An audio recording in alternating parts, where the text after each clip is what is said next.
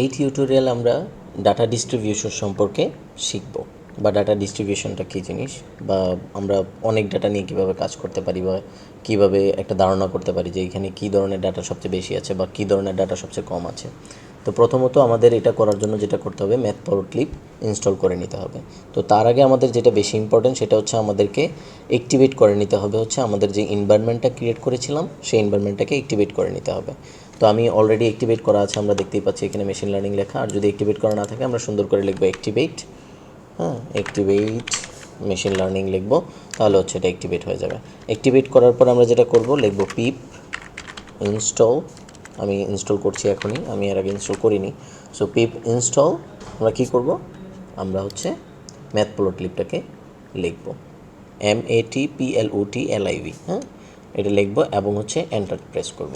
তো enter press করার সাথে সাথে হচ্ছে সে কানেক্ট করে নেবে তার গিটের রিপোজিটরির সাথে, এবং সেখান থেকে ডাউনলোড করে অটো হচ্ছে সে এটাকে ইনস্টল করে নেবে, বা এই ম্যাথপ্লটলিবটা যেখানে আছে সেইখান থেকে সে ইনস্টল করে নেবে। তো আমরা হচ্ছে এটা ইনস্টল হইতে হইতে আমরা পাইচার্মে যাই, পাইচার্মটা ওপেন করে ফেলি। তো পাইচার্মে আমরা যেটা করব, প্রথমে হচ্ছে আমরা কি করব, ইম্পোর্ট, যেহেতু আমি নামপাই নিয়ে কাজ করব তো আমি নামপাইকে আগে থেকেই ইম্পোর্ট করে রাখি যে এনপি, এবং তারপরে আমরা কি ইম্পোর্ট করব, অবশ্যই ম্যাথপ্লটলিব, তাই না? যেহেতু আমরা ম্যাথপ্লটলিব, দেখি আমরা ম্যাথপ্লটলিব ইনস্টল হয়েছে কিনা, জাস্ট ওয়েট, আমরা একটু দেখি এটা। ওকে, ফিউ সেকেন্ডের মধ্যে ইনস্টল হয়ে যাবে। ওকে, সেই ক্ষেত্রে আমরা হচ্ছে যেটা করব, আমরা হচ্ছে ইম্পোর্ট করে নিই, ইম্পোর্ট আমরা কী করব, ম্যাথপ্লটলিবকে হচ্ছে মানে ইম্পোর্ট করব। তাহলে ম্যাথ আমরা লিখব, বা হচ্ছে আমরা ডিরেক্টলি হচ্ছে জাস্ট ম্যাথপ্লটলিব ডট আমরা কী করব, প্লট, আমরা নিব হচ্ছে প্লট, ঠিক আছে? তো আমরা এখানে লিখব পাই, যেহেতু আমরা এটা দিয়ে জাস্ট শুধু দেখব যে কী কী হয়েছে, ঠিক আছে? তো সেই ক্ষেত্রে আমরা লিখব পাই প্লট, আমরা পাই প্লটটা নিব। তো সেইখান থেকে হচ্ছে আমরা কী করব, অ্যাজ এ পিএলটি আকারে নিই। ম্যাথপ্লটলিবকে আমরা অ্যাজ এ পিএলটি আকারে নিলাম। তো আমরা আশা করি যেটা ইনস্টল হয়ে গেছে, আমরা দেখতে পাচ্ছি এটা ইনস্টল হয়ে গেছে। তো এখন হয়তো আমরা লিখলেই এটা চলে আসবে। আমরা হয়তো এখন এটা যদি লিখি ইম্পোর্ট ম্যাথপ্লটলিব, আমরা ইজিলি ম্যাথপ্লটলিবকে পেয়ে যাবো। ডট পাইপ্লট দিলে হয়তো আমরা পাইপ্লটে পেয়ে যাবো, এরকম আর কি। তো আচ্ছা, আমরা এটা অলরেডি করে ফেলেছি। তো এখন আমরা যেটা করব সেটা হচ্ছে যে লেটসে আমরা এক্সের মধ্যে কিছু ভ্যালু নিই, এক্সের মধ্যে লেটসে এরকম কিছু ভ্যালু নিলাম, এক এক এক এক এরকম নিলাম, তারপরে লেটসে 4 4 3, আমি জাস্ট কিছু র্যান্ডম নাম্বার নিচ্ছি, এরকম নিলাম। এটা দেখে আমরা ইজিলি বুঝতে পারতেছি এক কতগুলো আছে বা 4 কতগুলো আছে, তো এটা আমরা ইজিলি ধারণা করতে পারতেছি। তারপর আমি জাস্ট একটা গ্রাফ তৈরি করে দেখাই যে এটা আসলে কীভাবে করতে হয়। তো সেই ক্ষেত্রে আমরা যেটা করব, আমরা তো অলরেডি পিএলটি নিয়েছি, তো পিএলটি ডট আমরা একটা হিস্টোগ্রাম নিব। আমরা একটা হিস্টোগ্রাম ড্র করব। হিস্টোগ্রামটা আসলে কী জিনিস আমরা ড্র করার পরে আসলে বুঝতে পারবো। তো হিস্টোগ্রামের মধ্যে আমরা কী দেব, অবশ্যই আমরা যেই লিস্টটা নিয়েছি এখন এক্স, সেই লিস্টটাকে এখানে দিব, এবং হচ্ছে আমরা যেটা করব, আমরা বলবো যে এখানে রেঞ্জটা আসলে কত হবে, ঠিক আছে? রেঞ্জটা কতটুকু হবে। তো সেই ক্ষেত্রে আমি এখানে কিছু বেশি সংখ্যা দিয়ে দিয়েছি, এটা আমি জাস্ট 4 দিলাম, এটা লেটস সে 5। তো সেই ক্ষেত্রে আমি হচ্ছে কমা দিয়ে দিলাম হচ্ছে 5, আমি কয়টা কলাম বা রো নিব সেটা আমি এখানে ডিফাইন করে দিতে পারবো।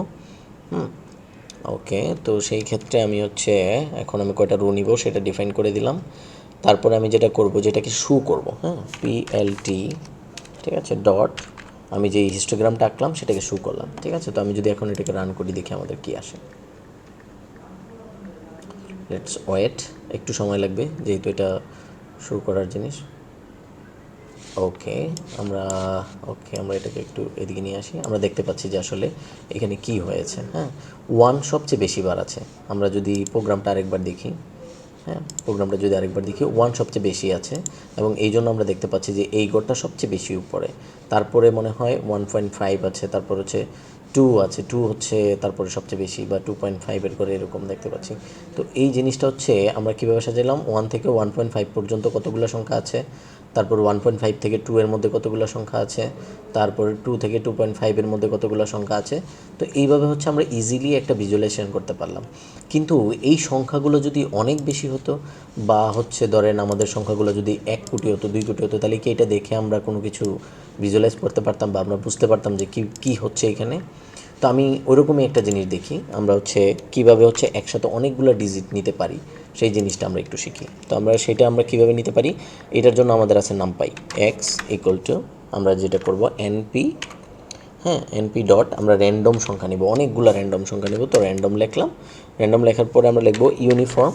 হ্যাঁ ইউনিফর্মের মধ্যে আমরা যদি দেখি ইউনিফর্মের মধ্যে ধরলে আমরা বুঝতে পারবো যে এখানে কি কি দিতে পারবো, বা হচ্ছে ইজিলি আমরা যখন ইউনিফর্ম লিখি যেমন আই, এখানে আমরা দেখতে পাচ্ছি কি কি দিতে পারছি আমরা, হাই, ল ভ্যালু, হাই ভ্যালু এবং সাইজ।